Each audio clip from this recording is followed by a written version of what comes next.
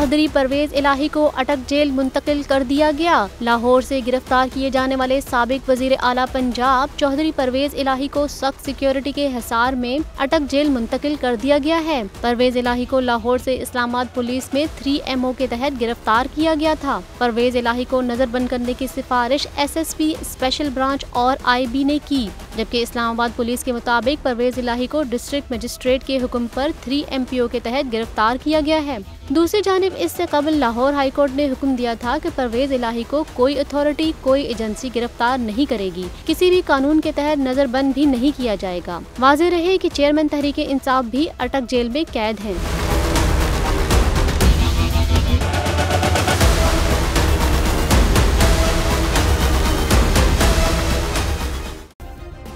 Subscribe करें और bell दबाएं ताकि कोई खबर रह न जाए।